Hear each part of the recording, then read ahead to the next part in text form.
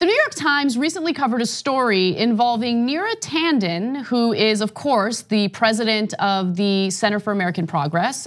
She was a staunch Hillary supporter and actually worked for Hillary Clinton. And Shakir, who is now working for the Bernie Sanders campaign.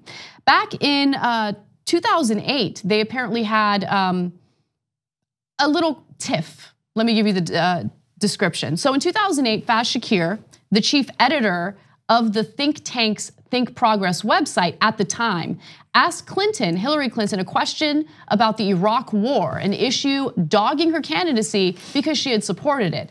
Tanden responded by circling back to Shakir after the interview and, according to a person in the room, punching him in the chest. What? She punched him in the chest. And he died. No, he did not. Okay. No, I already died. No, but hold on. Okay, he didn't die.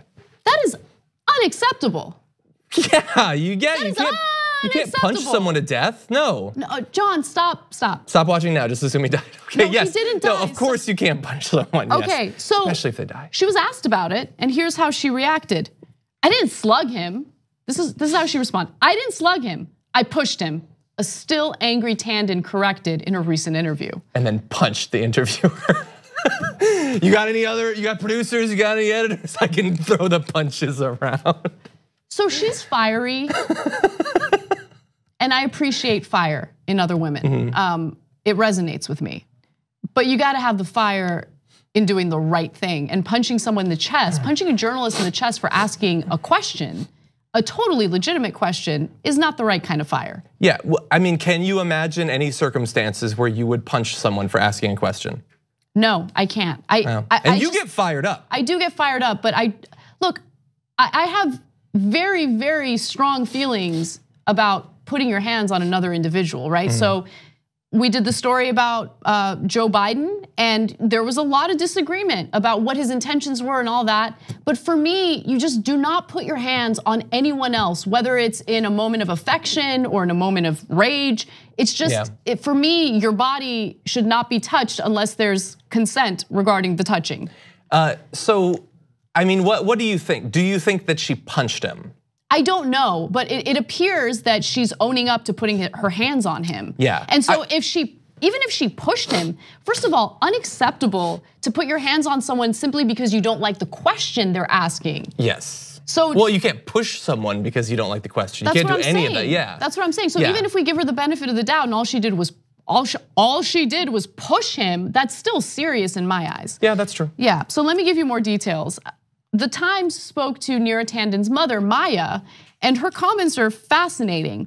Tanden's mother, Maya Tanden, says that her daughter can be very aggressive. Oh, you think? Okay. She continues to say, she's not going to let anyone rule over her, and she has loyalty to Hillary because Hillary is the one who made her. Those Bernie brothers are attacking her all the time, but she lets them have it too. Sanders got a pass in 2016, but he's not getting a pass this time.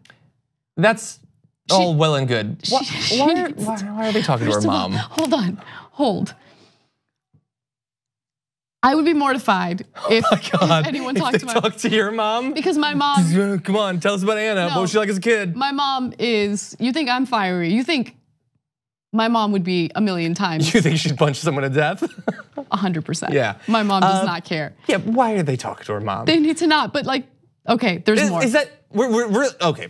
You go first. No, go ahead. Share your comments. It's just a surreal moment. Like, how many times have we read a quote from the New York Times and then gone to their mom? I know. We've never done that before. I know, it is weird. Yeah, and here's Nancy Pelosi's uncle. We've never done that. Okay, so the think tank, the Center for American Progress, according to the Times, has taken in millions from interests often criticized by liberals, including Wall Street financiers, big banks, Silicon Valley titans, foreign governments, defense contractors, and the healthcare industry. Individual donors can ask to remain anonymous. So I want to get a little more specific in regard to where they get some of their funding from and why people on the left, and I would argue progressives, not liberals, have an issue with this. So last year, the center got $1 million from the family foundation of Jonathan Levine, a managing partner at Bain Capital, and at least $1 million from the tech industry's Silicon Valley Community Foundation. It also received $225,000 from a private foundation of a Walmart heir, Sam Walton. And then finally, I want to give you just one more quote from her mother, Maya Tanden, in regard to this funding. That's what she does. She shows up at rich people's places because she needs funds from them. That place runs on near a Tanden. Okay, come to me. I would be mortified if my mom spoke to the press and said things like that. But yeah, it's not a good look. And it does appear that Tanden is still very upset over what happened in 2016. You think? Very bitter about Bernie Sanders and that whole campaign. And there was a different story in the Times, which unfortunately we didn't get to today, but it seems like they're starting to scheme and find ways to undermine his campaign again. And that's something that I want everyone to be aware of, because that is unacceptable on so many different levels. They do not care about the will of the people. They do not care about what Democratic voters actually want. The important thing is that they're not in charge this time. They're not. Like there will be ads and there will be bot networks and there will be articles. But they're shiesty and well-funded, so. Yeah, that's true, yeah. And I mean, there's no need to totally relitigate Nara Tanden. I think everybody who watches this show has heard us talk about her before. She's from the Clinton wing of the party. That's what she is, that's what UCAP is now. I know she, like everyone, wants to be considered a true progressive. Oh, come on. Nobody's like, you know what I am? I'm a centrist. Amy Klobuchar. Maybe Howard Schultz, but nobody, like people can't necessarily be honest with themselves. She comes from that wing of the party. And that's what, any think tank that she runs is going to represent that wing of the party. That's fine. The important thing is that we don't punch each other.